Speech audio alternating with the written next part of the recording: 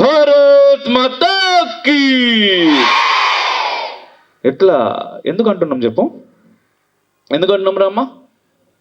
భారత్ మాతా key జై అని. ఒక మార్కు ఉపయోగం లేదు. ఒక్క మార్కు ఉపయోగం అని ఉందా మీకు? ఇది చిన్నప్పటి నుంచి ప్రీ ప్రైమరీ స్కూలు, ఆ తర్వాత ఏదేదో చదువుకుంటూ 10th +1 +2, ఆ తర్వాత ఎవరెవరో ఏదేదో దాంట్లోకి వెళ్తారు. అవన్నీ చదువుకున్నాం. దాదాపుగా మన జీవితంలో సగం చదువుడికే పోతుంది. ఆ సగంలో ఇంక సగం ఎగ్జామ్స్ రాయడానికి అవుతుంది. అన్ని ఎగ్జామ్స్ రాసినా కూడా ఎక్కడ కూడా ఒక్క మార్క్ కూడా ఉపయోగం లేనటువంటి భారత్ మాతాకి జై అని నేను అనకముందే మీరు ఇంత గట్టిగా నవ్వుతూ ఒక ఉత్సాహంతో చెప్తున్నాం. ఎందుకు చెప్తున్నాము?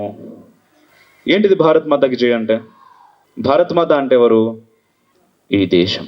ఎవరు? ఈ దేశానికి జయము కలుగుగాక అని మనమందరం కూడా ప్రతి క్షణం కోరుకుంటున్నాము, కోరుకోవాలి. ఎందుకు కోరుకోవాలి? ఒకవేళ దేశానికి అపజయం కలిగింది అనుకో, పోయేదే ఉంది, అంతా పోయేదే. ఈ దేశం ఎప్పుడైతే గెలుస్తుందో అప్పుడు మనం గెలుస్తాం, మన ఇంట్లో వాళ్ళు గెలుస్తారు, మన ఇంటి పక్క వాళ్ళు గెలుస్తారు, మన తల్లిదండ్రులు గెలుస్తారు, అందరు గెలుస్తారు. ఎప్పుడైతే దేశం ఓడిపోయింది అనుకోరు, అందరం కూడా ఓడిపోయినట్టే, అంతే కదా. అందుకోసం ప్రతి క్షణం మనం మనస వాచ కర్మణ త్రికరణ శుద్ధిగా ఈ దేశం గెలవాలి అని కోరుకోవాలి. అయితే అందుకే కోరుకుంటున్నారు కూడా. ఇంతకుముందు అన్నాం కదా, ఒక్క మార్కు ఉపయోగం లేదు, కానీ అన్నిటికీ మించింది వీటన్నిటికంటే, మన మార్కుల కంటే, చదువుల కంటే, స్కూలు, కాలేజు, మళ్ళీ తర్వాత మన ఇల్లు, గేమ్స్, తల్లిదండ్రి, దేవుడు, వీటన్నింటికంటే ముఖ్యమైనది ఈ దేశం. ఈ దేశం తర్వాతే ఎవరైనా. ఎందుకంటే ఈ దేశం ఎప్పటి వరకైతే సుభిక్షంగా ఉంటుందో, ఎప్పటి వరకైతే బాగుంటుందో, అప్పుడు మనం అందరం కూడా బాగుంటాం. ఇప్పుడు మీరందరూ చిన్నపిల్లలు కదా. నేను చిన్న ఉన్నప్పుడు, మా అమ్మ నాన్న కూడా చిన్న ఉన్నప్పుడు, వాళ్ళ అమ్మ నాన్న చిన్న ఉన్నప్పుడు, ఒక్కొక్కటి మారుతూ ఉన్నది ఈ దేశం అంతా కూడా. నేను చిన్న ఉన్నప్పుడు కూడా మీ లెక్కనే చాలా మంచిగా ప్రశాంతంగా ఇట్లా స్కూల్కి పోతుండే. ఇంతమంది వచ్చినప్పుడు అదే చెప్తున్నామన్న హరీష్ భాయ్ తోటి. మా స్కూల్ డ్రెస్ కూడా ఇగో మీ యూనిఫామ్ లెక్కనే ఉంటుండే. చొక్కా మాత్రం కలర్ చేంజ్. చొక్కా అంటే ఏంటిది? తెలుసా మీ అందరికీ? Very good. షర్ట్ మాత్రం కలర్ చేంజ్, మిగిలిన టాప్ అయితే సేమ్ కలర్ ఉంటుండే, ఇదే కలర్. అయితే నేను మంచిగా ప్రశాంతంగా పోతుండే. మా అమ్మ నాన్న కూడా మంచిగానే స్కూల్కి పోతుండే వస్తుండే. కానీ వాళ్ళ అమ్మ నాన్న అంటే మా తాత అమ్మమ్మ, తాత నానమ్మ, వాళ్ళు స్కూళ్ళలోకి పోయేటప్పుడు దాదాపుగా స్కూల్కి పోకపోతుండే. పోయినా కూడా చాలా కష్టపెడుతుండే వాళ్ళను, చాలా ఇబ్బంది పెడుతుండే. మీరు స్కూళ్ళలోకి రావద్దు అంటుండే, మీరు చదువుకోవద్దు అంటుండే, మీరు చదువుకుంటే మీరు పన్ను కట్టాలి అంటుండే. మీరు గుడికి పోతే, మీరందరు గుడికి పోతారా? దర్శనం చేసుకుంటారా? అమ్మవారిని, అయ్యగారిని అందరినీ చేసుకుంటారు కదా. బొట్టు కూడా పెట్టుకుంటున్నారు, చాలామంది పెట్టుకుంటారు కదా. మీరు బొట్టు పెట్టుకుంటుంటే పెట్టుకోవద్దు అంటారా? నువ్వు బొట్టు పెట్టుకున్నావు కాబట్టి నాకు 10 రూపాయలు కట్టాలి అని చెప్పి ఎవరన్నా అడిగిరా స్కూల్లో? కానీ మా తాత వాళ్ళని, అమ్మమ్మ వాళ్ళని, నాన్నమ్మ వాళ్ళని, అండ్ మీ తాత వాళ్ళని అనుకుంటా మేబీ, వాళ్ళని అందరిని కూడా ఈ దేశంలో, ఎక్కడ? ఈ దేశంలో బొట్టు పెట్టుకుంటే డబ్బులు కట్టాలి. ఇప్పుడు మీరు జడలు ఎంత అద్భుతంగా వేసుకున్నారు అందరూ. జడ వేసుకుంటే డబ్బులు కట్టాలి, పండుగ చేసుకుంటే డబ్బులు కట్టాలి. బతుకమ్మ పండుగ ఆడతారా తల్లి మీరంతా? తెలుసా మీ అందరికీ? మంచిగా ఆడతారు కదా. మళ్ళీ వస్తున్నది కదా దసరా. బతుకమ్మ పండుగ ఎంత మంచిగా ఆడుకుంటారు, మంచిగా. అయితే మన తాతల అంటే మన అమ్మమ్మలు, నానమ్మలు, వాళ్ళ అమ్మమ్మలు అంటే తాతమ్మలు అంటారు కదా, వాళ్ళు బతుకమ్మ పండుగ ఆడుతుంటే రోడ్ల మీద ఈడ్చుకొని పోకుండా కొట్టేటోళ్ళంట. గుర్రాల మీద వచ్చి బతుకమ్మ బతుకమ్మ కోల్ నీ బిడ్డలెందారే కోల్ అని పాడుతుంటే కొరడాలతోటి కొట్టేటోళ్ళంట తల్లి. బొట్టు పెట్టుకుంటే కొట్టేటోళ్ళంట. చీర కట్టుకొని రోడ్డు మీదకి వస్తే కొట్టేటోళ్ళట. మన తాత ముత్తాత వాళ్ళు మన తాత వాళ్ళని ఇట్లా ఎత్తుకుంటారు కదా, మనల్ని కూడా మన తల్లిదండ్రులు ఎత్తుకుంటుండే కదా. అట్లా ఎత్తుకొని రోడ్డు మీదకి పోతుంటే ఆ పిల్లల్ని ఎత్తుకొని పోయేటోళ్ళట. అందుకోసమని ఆ గుర్రాల సౌండ్ వస్తుంటే వీళ్ళు ఆ పిల్లలను తీసుకుపోయి మన కిచెన్ ఉంటుంది కదా అందరి ఇళ్ళల్లో, కిచెన్లలో రైస్ బ్యాగులు ఉంటాయి, రైస్ డబ్బాలు ఉంటాయి. ఆ రైస్ డబ్బాలల్లో ఆ పసిపిల్లలను పడుకోబెట్టి దాని మీద నుంచి బియ్యం కప్పుతున్నారంట. వాళ్ళకు కూడా తెలుసు అట్లా బియ్యం కప్పితే నా కూతురో నా కొడుకో బతుకుతుందో బతకరో, అదృష్టం ఉంటే బతుకుతుంది, కానీ నా చేతిలో కనబడితే ఆ దుర్మార్గులు ఖచ్చితంగా చంపేస్తారు వీళ్ళని తీసుకొని పోయి. అందుకోసమని ఒక్క ఛాన్స్ ఉన్నా సరే బతికించుకుందాము అనుకొని అట్లా కాపాడుకున్నారు తల్లి మనందరినీ. ఇప్పుడు మన తల్లిదండ్రులు లేకపోతే మనం లేం కదా, వాళ్ళ ద్వారానే కదా మనం వచ్చింది. వాళ్ళ తల్లిదండ్రులు లేకపోతే మన తల్లిదండ్రులు ఉంటుండేనా, ఉండకపోతుండే. వాళ్ళు లేకపోతే సో మనం అందరం ఎట్లా బ్రతుకున్నాం ఈరోజు అంటే, అట్లాంటి పెద్దలు ఎంత కష్టపడ్డారు మన కోసం, ఎంత ఏడ్చారు, ఎన్ని దెబ్బలు తిన్నారు కదా. అన్ని దెబ్బలు తిన్నా, అంత ఏడ్చినా ఏ రోజు కూడా నా దేశానికి జయము కలగాలే, నా ధర్మానికి జయము కలగాలే, నా భారత మాత ఎప్పుడూ గెలుస్తూ ఉండాలి, ఆ భగవధ్వజం రెపరెపలాడుతూ ఉండాలి అని మనస వాచ కర్మణ త్రికరణ శుద్ధిగా పోరాడుతూ తమ ప్రాణాలను ఇట్లా వదిలేసిర్రు. ఎవరి కోసం? నేటి మన కోసం. అందుకోసమని మనం ఏం చెప్పాలి? మన తల్లికి జయము కలగాలి, భారత్ మాతాకి కలగాలి. ఎప్పుడైతే అపజయం వస్తుందో మళ్ళీ ఇట్లాంటివి ఎంటర్ అవుతూ ఉంటాయి. ఎప్పుడైతే భారతదేశానికి భరత మాతకు జయము కలుగుతుందో ఆ రోజు ఏ ఒక్కడు కూడా మన దేశం లోపలికి రావడానికే భయపడతారు. వస్తే ఏం చేస్తాం? మనం ఖాళీ అవతారమై ఏం చేస్తాం? ఏదైనా చేస్తాం నా దేశం కోసం, నా భరత మాత కోసం, అంతే కదా. ఈ రోజుకు అట్లా ఎంతోమంది తల్లులు, స్త్రీ శక్తులు ఎంతో పోరాడుతున్నారు కాబట్టి ఈరోజు మనం ఇంత చక్కగా, ఇంత ప్రశాంతంగా ఇక్కడ కూర్చొని నేను ఒకడిని వచ్చినా నా కోసం పాపం మీరు ఎదురు చూసిర్రు, తర్వాత మనం అందరం కూర్చొని ఇట్లా మాట్లాడుకోగలుగుతున్నాం. అదే అట్లా ఎవరైనా గుర్రం మీదకి వెళ్ళి వస్తాడో, లేకపోతే ఇంకెవడో వస్తాడో, పైనుంచి బాంబు వేస్తాడో అనుకుంటే నేను వస్తాను మీ దగ్గరికి. పోనీ మీరందరినీ మీ అమ్మ నాన్న పంపిస్తారా స్కూల్కు? పంపిస్తారా? పంపించిర్రు అంటే మనం చాలా సేఫ్గా ఉన్నాం. ఇంత సేఫ్గా ఉండడానికి ఎవరు కారణం? ఎవరు? భారతమాతకు జయం కలగడం కారణం. ఈ భారతమాతకు జయాన్ని ఎవరు కలిగిస్తున్నారు?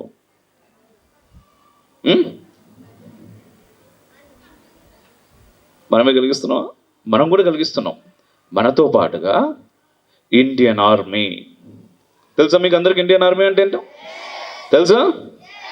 ఎస్, ఇండియన్ ఆర్మీ బార్డర్లో చలికి, ఎండకు, వర్షానికి ఏది వచ్చినా సరే పర్లేదు. ఎవరి కోసం చేస్తున్నారు వాళ్ళంతా? వాళ్ళ పిల్లల కోసమా? మనందరి కోసం. ఏమొస్తుంది వాళ్ళు చచ్చిపోతే? అక్కడ ఏమొస్తుంది? 2 మెడల్స్ తీసుకొచ్చి వాళ్ళకి ఇస్తారు, అంతకుమించి ఇంకేమైనా వస్తుందా? కానీ ఎందుకోసం వాళ్ళు కష్టపడుతున్నారు అంతగానం? ఎవరెవరు కష్టపడుతున్నారు అనే దానికి నేను చూసిన తల్లి ఒక కథ నాకు తెలుసు. కథ అంటే నిజమే, అది ఇప్పటికీ ఎంతోమంది జీవితాల్లో జరుగుతుంది. నాకు మీ అందరితో పంచుకోవాలనిపిస్తుంది, ఎందుకంటే మీ అందరిని చూస్తూ ఉంటే నాకు వాళ్ళు గుర్తుకొస్తున్నారు. ఒక 3 ముచ్చట్లు చెప్పి, మీ సమయం ఎక్కువ తీసుకోకుండా 3 ముచ్చట్లు చెప్పి నేను ఇక్కడ నుంచి బయలుదేరుతా, సరేనా? ఓకే. మొదటిది ఏంటిదంటే, ఇప్పుడంటే మన దగ్గర మొబైల్ ఫోన్స్ ఉన్నాయి కదా, మీరు అందరు వాడతారా మొబైల్ ఫోన్స్? అబద్ధాలు చెప్పొద్దు. తప్పకుండా ఖచ్చితంగా వాడతారు, వాడకుండా ఉంటున్నారా? కానీ మనం అందరిలోకి ఏది పడుతుంది చూడం, పనికొచ్చే వీడియోలే చూస్తాం కదా. అంటే మీరు అందరు ఇప్పుడు ఇంటికి పోయినాక ఏం చేస్తారంటే, మీ అమ్మ నాన్న ఫోన్ తీసుకొని అమోఘ్ దేశపతి అని నా పేరు సెర్చ్ చేస్తారు, యూట్యూబ్లో చేస్తారు కదా. ఏం పేరు? నా పేరు సరిగా వినిపించలేదు కదా. అమోఘ్ దేశపతి. ఇప్పుడు చెప్పండి, ఏం పేరు? నా పేరు. అరే వా, అన్నాయని కూడా లంచ్ చేయ మధ్యాహ్నం, ఇంకోసారి చెప్తే dinner. So reflection channel, reflection Bharat, reflection అని మన ఛానల్స్ అనమాట. నా పేరు సెర్చ్ చేస్తే మీకు అవన్నీ వచ్చేస్తాయి. అయితే మనం పనికొచ్చే విషయాలు మాత్రమే చూస్తున్నాను. నాకు తెలుసు మీరు అందరు చాలా మంచోళ్ళు, మీరు ఏది అన్నీ వేరేవి చూడరు. నేను ఇప్పుడు పలకలేను కూడా, కొన్ని చూడరు, మీరు పనికొచ్చేవి చూస్తారు. అయితే కొన్ని సంవత్సరాలు అవుతుంది, ఇప్పుడైతే మొబైల్ ఫోన్స్ ఉన్నాయి, బట్ మొబైల్ ఫోన్స్ లేకుండానట అప్పుడు. ఎప్పుడు వచ్చినాయి అంటే మీ పుట్టినప్పటి నుంచి ఉన్నాయి, కానీ నా జీవితం సగంలో వచ్చినాయి. ఇప్పటిదాకా జరిగిన దానిలో సగంలో మొబైల్ ఫోన్స్ వచ్చినాయి, అంతకుముందు లేకుండే, చాలా రేర్ ఉండే. ఈ వాట్సప్, ఇన్స్టాగ్రాము, ఫేస్బుక్ ఇవన్నీ అయితే ఆ తర్వాత వచ్చినాయి. అయితే కొన్ని ఏళ్ళ క్రితం ఒక కొండ ప్రాంతం అట. ఏ ప్రాంతం? హిల్ స్టేషన్ అంటాం కదా, అట్లాంటి ప్రాంతంలో ఒక భార్య భర్త ఇద్దరే ఉంటుండే. చాలా అంటే వాళ్ళు చుట్టాలకి దూరంగా అక్కడ ఏదో పని ఉన్నదని చెప్పేసి దానిపైన ఇద్దరే ఉంటుండేనంట. చాలా పైన కొండ అది. అయితే ఆ భార్య ఏంటంటే ప్రెగ్నెన్సీ ఉంది తనకి. 9 months. 9 months ప్రెగ్నెంట్ అంటే ఎట్లుంటుంది మీ అందరికి తెలుసు కదా. మన ఇంట్లో మనం చూస్తాం కదా, చుట్టాల్లో చూస్తాం కదా, ఎట్లుంటారు వాళ్ళు. ఎక్కువ కష్టపడొద్దు, ఎక్కువ బరువులు ఎత్తొద్దు, ఎక్కువ పని చేయొద్దు కదా. చేస్తే ఏమవుతుంది, లోపల ఉండే బిడ్డ మీద ఆ ప్రభావం పడుతుంది, అండ్ తల్లి యొక్క ఆరోగ్యం మీద కూడా కొంత ప్రభావం చూపిస్తుంది. అందుకోసం అని చెప్పేసి ఆ భర్త చాలా మంచోడు నా లెక్క. నిజమబ్బా, నా లెక్క ఆయన చాలా మంచోడు. పోయి ఆమెకు చెప్పిండట, అరే నువ్వు కూర్చో, నువ్వే పని చేయొద్దు, ఏ పని అయినా కూడా ఎవరు చేస్తారు?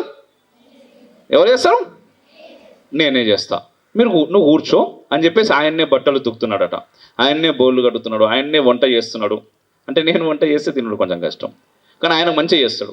చేసి ఆమెకు పెడుతున్నాడు, అన్ని పనులు చేస్తూ ఉంటే ఒకరోజు సైకిల్ మీద ఒకళ్ళు వచ్చిరట. క్లింగ్ క్లింగ్ అని కాలింగ్, దానిలో సైకిల్ బెల్ ఉంటుంది కదా, కొట్టాడు. కొట్టంగానే మెల్లగా ఈ భర్త అటు పోయే ముందు భార్య చెప్తున్నాడు, ఏదో చేయడానికి పోతుంటే, నేను కూర్చోమని చెప్పినా కదా, ఎందుకు చేస్తున్నావు పని, అన్నీ నేను చేస్తా అని చెప్పినా కదా, నువ్వు మహారాణి లెక్క కూర్చోవాలి, నేను చేస్తా ఏ పనైనా సరే, ఏమని చిట్టిక్కల్లో చేస్తా నేను, నాకు చెప్పు అన్నాడట. అనగానే ఆమె కూడా సంతోషపడ్డది, మంచం మీద కూర్చున్నది, మహారాణి లెక్క ఫీల్ అవుతా ఉన్నది. అంత లోపల అక్కడి నుంచి టెలిగ్రామ్ వచ్చింది. టెలిగ్రామ్ వచ్చి, సార్ టెలిగ్రామ్ అని చెప్పిండు పోస్ట్ మ్యాన్. టెలిగ్రామ్ అంటే మీకు తెలుసా? మీకు ఇప్పుడు ఏం తెలియదు, అన్నీ మాకు బాగా తెలుసు. అంటే లెటర్ లెక్క అన్నట్టు, ఎమర్జెన్సీలో పోయేది. అది ఇచ్చిర్రు. నిజంగానే ఆయన తీసుకున్నాడు, ఇప్పుడు ఫోన్లు లేకుండా కదా, ఆయన తీసుకొని ఇట్లా చదువుతున్నాడు, కళ్ళకెళ్ళి నీళ్ళు కారుతున్నాయి. విపరీతమైనటువంటి దుఃఖం ఆపుకోలేక ఏడ్చేస్తున్నాడు. వాళ్ళ భార్యకేమో భయం అవుతుంది కదా. ఆమె టక్కున లేచి, బావ ఏమైంది అని చెప్పేసి దగ్గరకు వస్తుంది. ఆయన చెప్పలేకపోతున్నాడు, ఏడ్చేస్తున్నాడు. ఏమైంది బావ చెప్పు అంటే చెప్తలేడు అని చెప్పి ఆ టెలిగ్రామ్ టక్కున ఆమె తీసుకొని ఇట్లా చూసి ఆమె చిన్నగా నవ్వింది. నవ్విన తర్వాత ఆయన మొగుడు ఇంకా ఏడుస్తున్నాడు. ఆయన బావ ఏడుస్తూ ఉంటే ఈమెనేమో నవ్వుతుంది, చిన్నగా నవ్వి, బావా పర్లేదు బావా అంటే ఆయన వల్ల అవ్వట్లేదు. ఆ టెలిగ్రామ్లో ఏముంది అంటే, యుద్ధం మొదలవ్వబోతుంది, నువ్వు తొందరగా వచ్చి ఆర్మీలో మళ్ళీ రీజైన్ కావాలి, నీకు ఇచ్చినటువంటి సెలవులు అర్థాంతరంగా ముగిసిపోతున్నాయి, నీకు సెలవులు లేవు అని. ఆమెకి ఏం చెప్పిండు, మొత్తం అయిపోయి బాబో పాప నువ్వు పుట్టేదాకా నేను నీతోటే ఉంటా, చిట్టుకేస్తే ఏదంటే అది చేస్తా అని చెప్పిండు.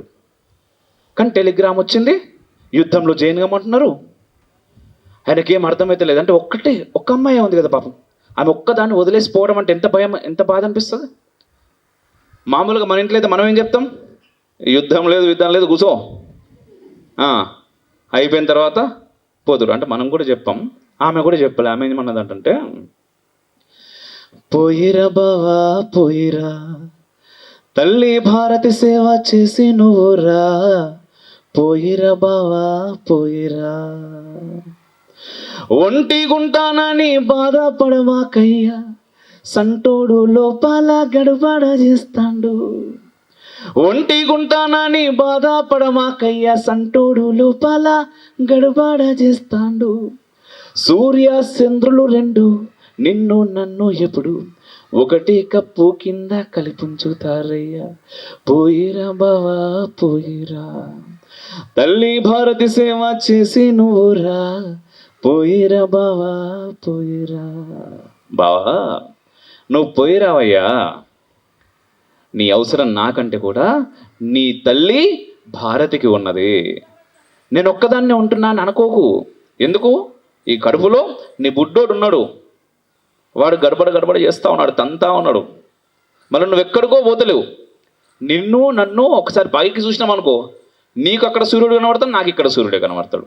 నీకు ఎక్కడ చందమామ కనబడతాడు, నాకు ఇక్కడ చందమామనే కనబడతాడు. ఆయన ఉన్నాడు కదా మన పైన, నువ్వు టెన్షన్ పడకుండా పోయిరా అన్నదట. అన్నా కూడా మనసు ఒప్పుకుంటలేదు నాకు. కానీ ఈయన లోపల కూడా ఇప్పుడు ఆర్మీలో ఉన్నాడంటే దేశం పైన ఎంతో ప్రేమ ఉంటే తప్ప ఉండలేరు కదా. ఈయన కూడా మెల్లగా సర్దుకొని పోయిండు. పోయిన తర్వాత అక్కడ యుద్ధం నడుస్తున్నది. ఇక్కడ ఈ తల్లికి నొప్పులు వస్తున్నాయి. అక్కడే పక్కకు ఒక పెద్ద ఆవిడ ఉండే, ఆ పెద్ద ఆవిడ సహాయం చేస్తున్నది. ఆ తర్వాత ఒక కొడుకు పుట్టిండంట. ఎవరు పుట్టారు? కొడుకు పుట్టిండంట. పుట్టిన తర్వాత ఈమె ఎదురు చూస్తున్నది, ఎప్పుడు వస్తాడా. ఎవరు? ఈ కొడుకుకు తండ్రి. ఎప్పుడు వస్తాడా, బావ ఎప్పుడు వస్తాడా అని చూస్తున్నది. ఒకసారి పోయి మిలిటరీ జీవ్ టుక్ టుక్ టుక్ టుక్ టొక్ టొక్ టొక్ అని కూడా కొండెక్కుతున్నది. ఈమె లోపల ఆనందం పెరుగుతున్నది. వస్తున్నాడు, నా బిడ్డను చూపియాలి అని. వచ్చిందట మిలిటరీ జీప్. రాగానే టక్ టక్ టక్కున బిడ్డను తీసుకొని తండ్రిని చూపించడానికి ఇలా బయటకు వచ్చింది. రాగానే అక్కడ నుంచి బూట్లు వేసుకొని అది వేసుకొని మొత్తం డ్రెస్సులు వేసుకొని ఇద్దరు కిందికి దిగారట. ఇద్దరు కిందికి దిగి ఈ తల్లి దగ్గరకు వచ్చి, అమ్మా క్షమించు తల్లి, నీ భర్త భరతమాత సేవలో వీర మరణం పొందిండు అని ఆ తండ్రికి ఇచ్చినటువంటి బ్యాడ్జు డ్రెస్సు తీసి ఈ తల్లి మీద పెట్టిండట. తల్లి చేతులలో పెట్టగానే ఈ తల్లికి ఏం మాట్లాడానో అర్థం కాక ఆ బిడ్డను ఎత్తుకొని లోపలికి పోయిందట. లోపలికి పోతే తండ్రి ఫోటో ఉంటే ఆ ఫోటో ముందు ఈ బిడ్డను చూపించుకుంటా, దిగులు సెందకు బావా దిగులు సెందాకు, నీ తల్లి రక్షణకై నీ అంశను పంపిస్తాను, దిగులు సెందకు బావా దిగులు సెందాకు. బావా నీ తల్లి రక్షణలో మధ్యలోనే పోయినా అనుకోకయ్యా, నువ్వు నీ కొడుకును నా చేతిలో పెట్టిపోయినావు, వీని నేను తయారు చేస్తా, మళ్ళీ భరతమాత రక్షణకు నేను పంపుతా. అట్లాంటి వీర నారీమణులు తల్లులు మన దేశంలో ఉన్నారు కాబట్టి ఈరోజు మనం ఇంత సుభిక్షంగా ఉన్నాం. తల్లి ఎవరికి ఉంటుంది చెప్పుడు అంత ధైర్యం? భర్తను పోగొట్టుకున్న తర్వాత తన పిల్లలని సైతం, మళ్ళీ తన పిల్లలను కూడా నేను ఈ రక్షణ కోసమే పంపిస్తా తల్లి అని చెప్తున్నటువంటి వీర నారీ మనులు తల్లులు ఈ భారత దేశంలో పుట్టిర్రు. అది మన అదృష్టం. వాళ్ళందరికీ ఒక్కసారి మనం గట్టిగా ఏం చెప్దాం? ఏం చెప్పినా తక్కువే. అవునా కదా? ఏం చెప్తాం చెప్పండి? బాధ్యతగా మన బాధ్యతతో మనం ఈ దేశంలో బ్రతకడమే మనం వాళ్ళకి ఇచ్చేటటువంటి అది. అంతకుమించి వాళ్ళు ఏం కోరుకుంటారు చెప్పండి? ఏం కోరుకుంటారమ్మా?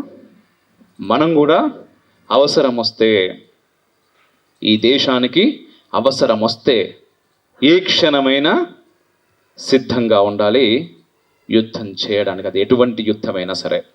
ఉంటారా మీరంతా? ఉంటారా? ఎంత గట్టిగా వినబడాలి? ఉంటారా? ఉండాలి తల్లి. ఎందుకంటే మీ దగ్గర నుంచే అమ్మా. ఇప్పుడు ఆ తల్లులందరూ కూడా మీరే. నిజంగా చెప్తున్నారు, ఈ దేశంలో మీకు తెలుసో తెలీదో, మా పుస్తకాల్లో, అంతకుముందు పుస్తకాల్లో చాలామంది మాకు చెప్పారు ఏంటిది, ఈ దేశంలో ఉండేటటువంటి స్త్రీలకి సరైనటువంటి అవకాశాలు ఎవరు ఇవ్వలేదు మన పెద్దలు అని చెప్పేసి. ఏం మాట్లాడుతున్నాం ఈ దేశం గురించి మనం? ఈ దేశం పేరేంటిదమ్మా? భారతదేశాన్ని మనం ఎలా చూస్తాం? తల్లిగా చూస్తాం, భరతమాతగా చూస్తాం. ఆ భరతమాత కోసం ఏదైనా ఇవ్వడానికి మనం సిద్ధపడతాం. అమెరికా మాత, పాకిస్తాన్ మాత, ఆఫ్ఘనిస్తాన్ మాత, బంగ్లాదేశ్ మాత, ఆస్ట్రేలియా మాత అంటారా ఎవరన్నా? కేవలం భారతదేశాన్ని మాత్రమే మనం భరతమాత అంటాం. మనం దేనిపైన ఉన్నాం? ఈ నేలపైన ఉన్నాం. ఈ నేలను మనం ఏమంటాం? భూమాత అంటాం. ప్రతిదాన్ని మనం తల్లిగా పూజిస్తాం. నిజంగా చాలామంది అంటారు ఏంటి, మీ దేశంలో ఆడవాళ్ళకి స్వేచ్ఛ లేదు, మీ దేశంలో ఆడవాళ్ళకి చదువు లేదు, మీ దేశంలో ఆడవాళ్ళు యుద్ధాలు చేయలేదని. అది తప్పు, ముమ్మాటికి తప్పు. ఈ దేశంలో కొన్ని వేల సంవత్సరాల నుంచే ఆడవాళ్ళు కత్తిబట్టి యుద్ధాలు చేసిర్రు. ఆ తర్వాత ఏమైంది? అనేక మంది ఈ దేశం మీదకి దండయాత్రకు వచ్చారు. దండయాత్ర కంటే డైరెక్ట్గా యుద్ధం చేయడానికి కత్తులు పట్టుకొని రాలేదు వీళ్ళు ఎవరు కూడా. అయ్యా మాకు సహాయం చేయర్రి, మీ దేశంలో మేము బ్రతుకుతాము అని అడుక్కోవడానికి వచ్చిర్రు ఈ దేశంలోకి.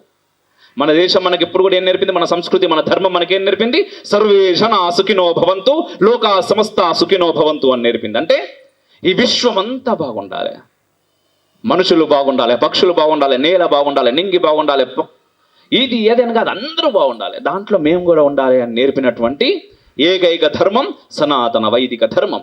అందుకోసం అని చెప్పేసి మన దగ్గరికి ఎవరు అడుక్కోవడానికి వచ్చినా, దేహి అని ఎవరు వచ్చినా కూడా మనం ఆదరించినాం, ఆప్యాయంగా లోపలికి పిలిచినాం, వాళ్ళకి ఏదంటే అది ఇచ్చినాం. కానీ దాన్ని వాళ్ళు నిలుపుకోలేకపోయారు. ఆ తర్వాత మనకేం చెప్పిర్రు అంటే, మీకు సంస్కృతిని నేర్పడానికి మేము వచ్చినాం, మేమే మీ దేశాన్ని కనుగొన్నామని చెప్పారు. ఇప్పుడు మీ అందరికి ఇండ్లు ఉన్నాయి కదా, ఉన్నాయా? ఇండ్లు ఉన్నాయి, ఆ ఇండ్లలో మీరు ఉంటారు, మీ పేరెంట్స్ ఉంటారు. ఇప్పుడు నేను వచ్చిన ఎప్పుడో ఒకసారి మీ దగ్గరికి అట్లనో ఇట్లనో ఆ రూట్ తప్పి ఈ రూట్ తప్పి ఒక దగ్గరకు వచ్చిన, అమ్మ అరే నువ్వు ఆ రోజు స్కూల్లో కనిపించినావు కదా అని చెప్పి నేను మీతో మాట్లాడినా, ఆకలి అవుతున్నది బిడ్డ, కొంచెం అన్నం పెడతారా లేకపోతే కొంచెం మంచినీళ్ళు ఇర్రి అని నేను అడుగుతా. ఏం చేస్తారు మీరు? అన్నం ఉంటే అన్నం ఇస్తారు, లేకపోతే పండో లేకపోతే ఇంకేదో ఇస్తారు, కొన్ని మంచినీళ్ళు ఇస్తారు, తాగన్నా అంటారా? అన్న తర్వాత నేను తాగి బయటకు పోయి, వీళ్ళకి అసలు తినుడు తెలియదు, తాగుడు తెలియదు, అసలు వీళ్ళ ఇల్లు ఎక్కడ ఉంటుందో ఎవరికి తెలియదు, నేనే వీళ్ళ ఇంటిని కనుక్కున్నా అని చెప్తే మీరేమంటారు? నువ్వు మా ఇంటిని కనుక్కుంటేందిరా పిచ్చోడా, మేము పుట్టినప్పటి నుంచి ఇన్నే ఉన్నా, మా నాయన ఇన్నే ఉన్నాడు, మా తాత ఇన్నే ఉన్నాడు, వాళ్ళ నాయన ఇన్నే ఉన్నాడు, నువ్వు ఈరోజు వచ్చినావు, అది కూడా ఎందుకు వచ్చినావు? నీకు ఆకలి అవుతున్నదని చెప్పి వచ్చినావు. వస్తే నేను ఇంత అన్నం పెట్టినందుకు తినమ్మ బయటకు పోయి మా ఇంటిని కనుక్కున్నా అని చెప్తున్నాడు ఇంద్రయుడు. అంటారా అనరా? ఇదే జరిగింది ఈ దేశం మీద కూడా. మన దేశాన్ని దోచుకోవడానికి ఎక్కడి నుంచో మన దేశానికి వచ్చి మన దేశాన్ని దోచుకొని పోయి చివరికి వాళ్ళే మన దేశాన్ని కనుగొన్నారు అని బయట ప్రచారం చేసుకున్నారు. బయట ప్రచారం చేసుకున్నా ఏం కాదు, కానీ మన దురదృష్టం ఏంటిదంటే మన ఇంట్లో కూడా మనం అదే ప్రచారం చేసుకుంటున్నాం. మీరు చెప్తారా మీ ఇంట్లో కూడా, అరే అన్న వచ్చి మా ఇంటిని కనుక్కున్నాడు అని చెప్తారా? చెప్తే ఏమంటారు? పక్కకున్నాడు ఆయనకంటే దిమాగ్ లేదా, నీకు కూడా దిమాగ్ లేదా అంటారు. కాబట్టి ఈ దేశాన్ని ఎవరు కనుక్కోలేదు. ఈ దేశమే ప్రపంచం మొత్తానికి జ్ఞాన భిక్షను పెట్టింది. ఈరోజు ఈ స్కూల్లో దాదాపుగా 1000-1500 మంది ఉన్నారు కదా, అవునా? ఈరోజు మీరు అందరూ కూడా ధర్మము దేశము అని చెప్పేసి మాట్లాడుతున్నారు కదా, భారత్ మాతా కీ అంటున్నారు కదా, జై శ్రీరామ్. ఇట్లా ఈ దేశం బాగుండాలి అని కోరుకునేటటువంటి కొన్ని లక్షల మంది విద్యార్థులతో ఉండేటటువంటి గురుకులాలు కొన్ని వందల సంవత్సరాల క్రితమే ఈ దేశంలో కొన్ని లక్షలు ఉంటుండే, 7.5 లక్షల గురుకులాలు ఉండేనమ్మా ఈ దేశంలో. ఎవరి తల్లి మనకొచ్చి చదువు నేర్పింది? ఎవ్వడు మనకు నేర్పలేదు. మనమే ఈ ప్రపంచానికి ప్రతిదీ ఇచ్చినాం, కానీ ఇక్కడ నుంచి దోచుకొని పోయారు. ప్రతి ఊర్లో కూడా మంచోళ్ళు ఉంటారు, చెడ్డోళ్ళు ఉంటారు, అవునా కదా? చెడ్డోడు బై బర్త్ చెడ్డోడు కాకపోవచ్చు, కానీ ఏంటంటే వాని అవసరానికి వాడు ఏమవుతాడు? అరే నీకు 10 రూపాయలు ఇస్తా, లేకపోతే 100 ఇస్తా, 1000 ఇస్తా, లొంగకుండా 1,00,000 ఇస్తా అనే దగ్గర లొంగుతాడా లేదా? 1,00,000 కూడా లొంగలేదు అనుకో, 10 లక్షలు ఇస్తా అంటే లొంగుతాడు. అట్లా లొంగుతున్నటువంటి సొంత దొంగలు మన దేశంలో ఉన్న కారణం చేత మనకు మన దేశం గురించి పూర్తిగా తెలియదు. కానీ మీ అదృష్టం ఏంటి అంటే, మీ తల్లిదండ్రుల అదృష్టం, మీ అదృష్టం, ఒక అద్భుతమైనటువంటి వాతావరణం, ఒక అద్భుతమైనటువంటి స్కూల్ యాజమాన్యం, ఉపాధ్యాయుల మధ్యలో మీరున్నారు. మీ భవిష్యత్తుకు, మీ భవితకు దోకా లేదు. ఒక్కసారి వాళ్ళందరికీ మనం గట్టిగా చప్పట్లు కొడదాం ఆలోచన లేకుండా.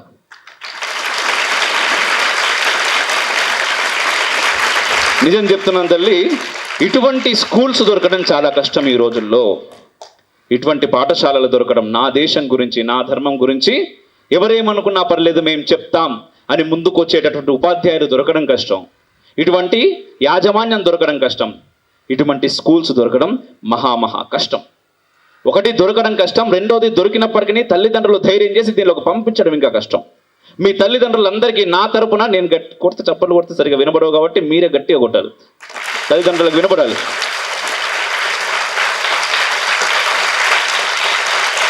Very good. వాళ్ళందరూ మీ పైన నమ్మకంతో, ఎందుకంటే సమాజంలో ఎంతోమంది ఉంటారమ్మా మనం ముందుకు పోతుంటే ఆపడానికి, మనం ఏదైనా పని చేస్తే వద్దు అనడానికి, ఆ పని నీకు ఎందుకు అనడానికి, గుడికి పోతున్నా కూడా వద్దు అంటారు, బొట్టు పెట్టుకుంటున్నా వద్దు అంటారు. పోనీ ఏదైనా పని చేద్దాం, ఏదైనా చదువుదాం, లేకపోతే ఏదైనా ఆడుదాం అనుకున్నా కూడా నీకు అవసరమా అనుకునే వాళ్ళు చాలామంది ఉంటారు. ఎంతమంది వద్దు అన్నా కూడా మనం ముందుకు పోవాలి, మనం చేయాలనుకున్నది చేయాలి. చేస్తేనే ఏమవుతాం? ఏమవుతాం? సక్సెస్. ఆల్రెడీ మీరు అందరూ సక్సెస్ అబ్బా. ఏందబ్బా సక్సెస్? మీరందరూ ఆల్రెడీ సక్సెస్. ఇంకా ఎంతో అద్భుతమైనటువంటి స్థితికి మీరందరూ రావాలని మా అమ్మ జగన్మాత శ్రీ జ్ఞాన సరస్వతీ దేవిని మనస్ఫూర్తిగా నేను కోరుకుంటున్నా.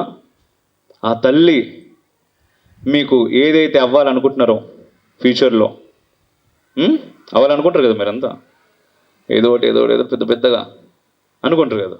ఏది అనుకుంటే అది చాలా అద్భుతంగా అవ్వాలని మనస్ఫూర్తిగా కోరుకుంటున్నా.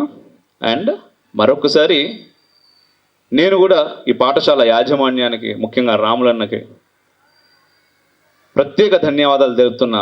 మీరందరూ అన్నకు చాలా గట్టిగా చప్పట్లు కొట్టాలి. అంటే సమాజంలో అమ్మ ఈరోజు ఒక 32 సంవత్సరాలు ఇటువంటి ఒక పాఠశాలని నడపడం అనేటటువంటిది కత్తి మీద సవాలు కూడా కాదు, చాలా పెద్ద సవాలు అమ్మ అది. అంటే ఎప్పుడు కూడా ఏంటంటే మనం నిజాయితీగా బ్రతకడం చాలా కష్టం. ఎట్లనో తీరు బతకాలనుకుంటే ఆకలి రాజ్యం అని ఒక సినిమా ఉంటుంది, మీ అందరికి తెలుసో తెలియదు. మీరందరూ చిన్న చిన్న పిల్లలు కదబ్బా. నాకే అది సినిమా నా చిన్నప్పుడు వచ్చిందో, నేను పుట్టక ముందు వచ్చిందో, పుట్టలే కావచ్చు. ఒక అమ్మాయి చెప్తున్నా నేను పుట్టలేదని. నేను పుట్టినప్పుడు వచ్చింది, కానీ మా అమ్మకు మస్తు ఇష్టం ఆ సినిమా, అందుకోసం నేను చూసుడైంది. దానిలో ఉంటుంది ఒక డైలాగ్, ఎట్లాగోలా బతకాలంటే ఎలాగోలా బ్రతికిద్దాం, కానీ ఇలాగే బ్రతకాలి అని అనుకున్నాం కాబట్టి కష్టము అని.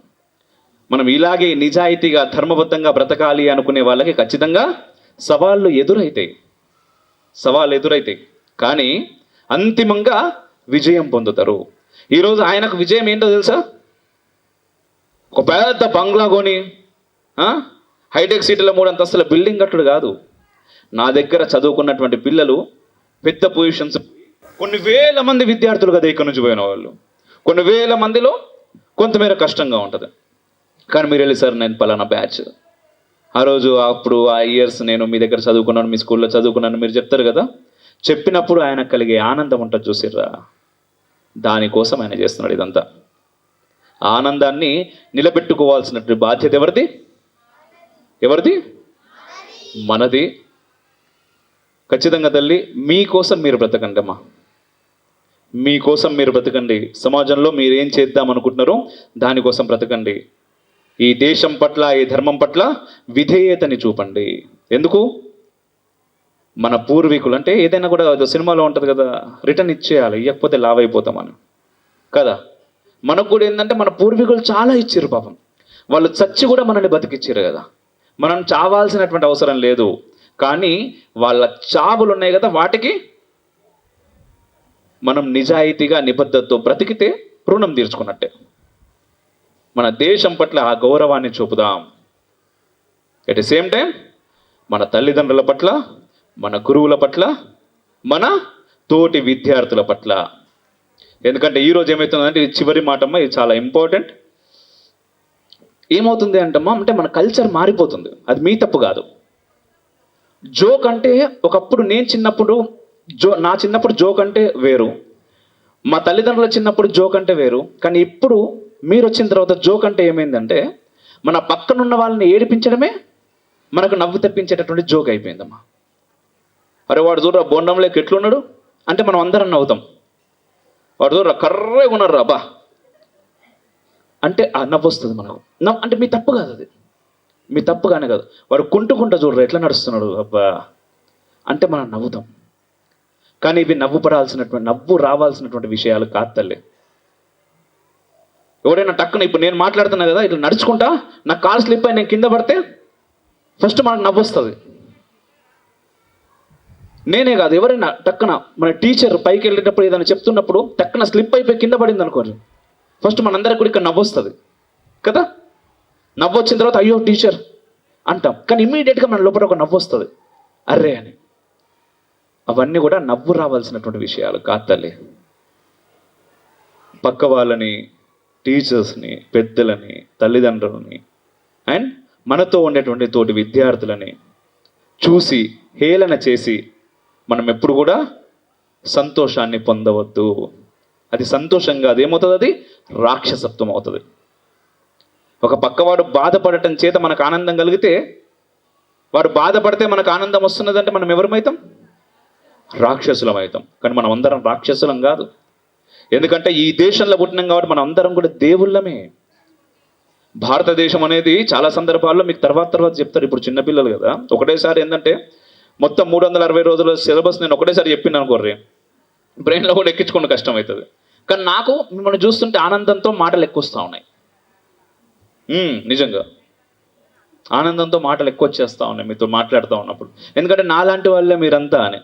మీ అందరూ కూడా దేశం మీద విపరీతమైనటువంటి ప్రేమ ఉన్నది కదా, అందుకోసమే ఎక్కువ మాటలు మాట్లాడుతూ ఉన్నాను నేను. సో ఇక నుంచి ఎప్పుడు కూడా పక్క వాళ్ళకి ఏదైనా ఇబ్బంది కలిగితే అయితే మనం సహాయం చేద్దాం. లేకపోతే మన వల్ల చేత కాకపోతే, అంటే అన్నీ మనం చేయలేమమ్మా, అన్ని సహాయాలు మన వల్ల కాదు. కానప్పుడు మనం ఊరుకుందాం. ఎవరైనా చేయగలిగితే వాళ్ళకి చెప్పే ప్రయత్నం చేద్దాం. కానీ మనం వాళ్ళని చూసి నవ్వడము, ఎగతాళి చేయడము చేయవద్దు. ఎందుకంటే అందరి బ్రెయిన్స్ ఒకేలా ఉండవరా నాన్న. అందరూ ఒకేలా చదువుకోలేరు, అందరూ ఒకేలా రాయలేరు, అందరూ ఒకేలా పాడలేరు, అందరూ ఒకేలా ఆడలేరు. ఒక్కొక్కరికి ఒక్కో టాలెంట్ ఉంటుంది. ఒకడు రాస్తాడు, ఒకడు చదువుతాడు, ఒకడు పాడతాడు, ఒకడు ఆడతాడు, ఒకడు ఇంకేం చేయకపోతే నెక్స్ట్ ఒకటికి స్కిల్స్ ఉంటాయి, మంచి మాట్లాడే స్కిల్ ఉంటుంది, ఒకటి యాక్ట్ చేసే స్కిల్ ఉంటుంది, ఇంకొకరికి మీ అందరిని రూల్ చేసే స్కిల్ ఉంటుంది. అన్ని స్కిల్స్ ఒక్కరికే ఉంటాయా? ఉండవు. అట్లాంటప్పుడు మనకొచ్చింది పక్కోడికి రాలేదు అని చెప్పి ఈ రోజు కూడా మనం అవహేళన చేయవద్దు. ఎందుకంటే నాన్న ఇప్పుడు చాలా చిన్న పిల్లలు కదా మీరు, ఈరోజు మీరు చేసేది పక్కవాడి జీవితం మీద ప్రభావం చూపిస్తుంది. వాళ్ళ కాన్ఫిడెన్స్ అనేది దెబ్బతింటుంది. మనం నవ్వుతాం అనుకోరు, ఒక వ్యక్తిని చూసి ప్రతి రోజు క్లాస్లో వాడిని చూసి మనం నవ్వుతూ లేదా హేళన చేస్తూ అరే వీడికి ఏం రాదు అనటమో లేకపోతే ఇంకేదో చేయడం మనం చేస్తూ ఉంటే ఏమవుతుందంటే వాడికి ఏదైనా వచ్చినప్పుడు కూడా వాళ్ళు ముందుకు రాలేరు, చెప్పలేరు, నేర్చుకోలేరు. ఆ ట్రోమా ఉంటుంది అనమాట. ఈ చిన్నప్పుడు ఏదైతే ఉంటుందో అది లైఫ్ లాంగ్ కంటిన్యూ అవుతూ ఉంటుంది. అట్లాంటి వాళ్ళు, ఎందుకంటే ప్రతి ఒక్కరి లైఫ్లో ఉంటుంది. ఇప్పుడు నాకు స్టేజ్ మీదకి వచ్చి మాట్లాడడం అనేది విపరీతమైన భయం. ఆ భయం పోగొట్టుకోవడానికే నేను స్టేజ్ మీదకి వచ్చేవాడిని. భయం, విపరీతమైన భయం. ఎప్పుడు పిలుస్తారో స్టేజ్ మీదకి నన్ను అని చిన్నప్పటి నుంచి. సో ఖచ్చితంగా పిలిచేవారు. అందుకోసం చెప్పి నేనేం చేసేవాడిని, ఇప్పుడు 30 మందిని పిలిచి 31 వ్యక్తిగా నన్ను పిలిస్తే ఆ 30 మంది పోయి మాట్లాడేదాకా నేను భయపడుతూనే ఉండాలి. అదే ఫస్ట్ నేను పోయి కూర్చున్నాను, పోయి మాట్లాడిన అనుకో, ఇక 30 మంది మాట్లాడతారు అయిపోతుంది అని చెప్పి నేను అట్లా ముందుకు వచ్చి స్టార్ట్ చేసిన. ఇప్పుడు నేను మంచిగా మాట్లాడుతున్నానా? పర్లేదు కదా, అర్థమవుతుంది కదా నేను మాట్లాడేది మీకు అట్లా. సో ప్రతి ఒక్కరి లోపల భయం ఉంటుంది. ఆ భయానికి మనం ఒక స్నేహితులం కదా, మనం ఫ్రెండ్స్ కదా, మనం తోడు కావాలి, వాళ్ళకు నేర్పించే ప్రయత్నం చేయాలి, వాళ్ళకి దగ్గర తీసుకోవాలి. కానీ వాళ్ళని మనం హేళనగా మాట్లాడవద్దు. అది ఎవరి విషయంలో అయినా, పిల్లలు కావచ్చు, పెద్దలు కావచ్చు. నన్న చిన్నప్పుడు బ్రెయిన్లలో ఏదైతే పడుతుందో అది లైఫ్ లాంగ్ ఉంటుందమ్మా. మీరు చిన్నపిల్లలే కాబట్టి నేను చెప్తున్నా, లైఫ్ లాంగ్ దాన్ని మనం మర్చిపోలేం. సో ఒకడు మన వల్ల లైఫ్ లాంగ్ ఇబ్బంది పడితే ఆ పాపమా మనకు పుణ్యమా? పుణ్యమా? ఆ పాపం మనకి ఎక్కడో దగ్గర బరాబర్ తాకుతుంది. సో ఎవరిని మనం ఇబ్బంది గట్టే చెప్పరబా, ఇబ్బంది పెట్టొద్దు. చేతనైతే సహాయం చేద్దాం, లేకపోతే ఊరుకుందాం, అంతే కదా. హెల్ప్ చేద్దాం, లేకపోతే లైట్ తీసుకుందాం, కానీ చూసి నవ్వడాలు చేయవద్దు. మరొకసారి ఇంతసేపు నేను మాట్లాడిన ప్రతి మాటను విన్నటువంటి మీ అందరికీ కొడేను గట్టిగా చెప్పట్లు.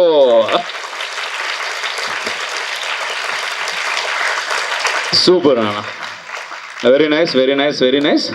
అండ్ రాములన్నకి నా యొక్క విజ్ఞప్తి, పిల్లల్ని అందరినీ కూడా ఒకసారి మన ఆఫీసుకు కూడా మీరు తీసుకురావాల్సిందిగా ప్రత్యేకంగా మేము విజ్ఞప్తి చేస్తున్నాం, కోరుతున్నాం. మీరు కూడా తప్పకుండా, మీరు ఒక్కసారి కాదు, మీరు వస్తూనే ఉండాలి. అండ్ వీళ్ళని ఏంటంటే ప్రస్తుతానికైతే ఒక్కసారి రాని, ఎందుకంటే మళ్ళీ వాళ్ళ చదువులు వ్యవస్థ, అప్పుడప్పుడు ఒక్కసారి వచ్చిన తర్వాత వాళ్ళే అప్పుడప్పుడు వస్తూ ఉంటారు. ఈరోజు చెప్పినటువంటి విషయాలు మీకు ఏమన్నా అర్థమైనాయా అమ్మేమన్నా? అర్థమైనాయా? అర్థమైతే వాటిని నిజంగానే మంచివి అనిపిస్తే, ఎందుకంటే చాలామంది చాలా చెప్తుంటారు కదా, నేను కూడా అట్లనే వచ్చినా మైక్ ఇచ్చారు కాబట్టి నేను చెప్తూనే ఉన్నా. మీకు నిజంగానే అవి మంచివి అనిపిస్తే పాటించే ప్రయత్నం చేయండి. 10 మందికి మీరు కూడా చెప్పే ప్రయత్నం చేయండి. మనం చెప్పినంత మాత్రాన్ని ఎవడు వింటాడు, ఎవడు నమ్ముతాడు, ఎవడు పాటిస్తాడు అని అస్సలు అనుకోవద్దు. మనం 10 మందికి చెప్తే 10 మంది వినకపోతుండొచ్చు. 100 మందికి చెప్దాం, దాంట్లో ఒకడు వింటుండొచ్చు. ఆ విన్నవాడు మారుతుండొచ్చు. మారితే ఆ ఒక్కడి ద్వారా ఈ సమాజానికి ఏదో పెద్ద మేలు అవుతుండొచ్చు. ఎందుకంటే ఏదైనా కూడా ఈ దేశం మొత్తానికి ప్రధానులు ఎంతమంది ఉన్నారమ్మా? దేశానికి ప్రధానులు ఎంతమంది? ఒక్కరే కదా. మరి గట్టిగా చెప్పుర్రి కదా అని కూడా డౌట్ పడతాను. ఈ దేశానికి ఒక్కడే ఉన్నాడు కదా ప్రధాని. మీరు చెప్తే మారినటువంటి ఆ ఒక్క వ్యక్తి ఈ దేశానికి ప్రధానై దేశ భవిష్యత్తును మారుతుండొచ్చు, ఎవరికి తెలుసు. కాబట్టి మీరు ఎప్పుడు కూడా చెప్పే ప్రయత్నం చేయరు. ఎంత కుదిరితే అంత మంచిని స్ప్రెడ్ చేద్దాం, ప్రేమని పంచుదాం, పోయేదే ఉంది. అంతే కదా. మరొకసారి ఏం చెప్దాం?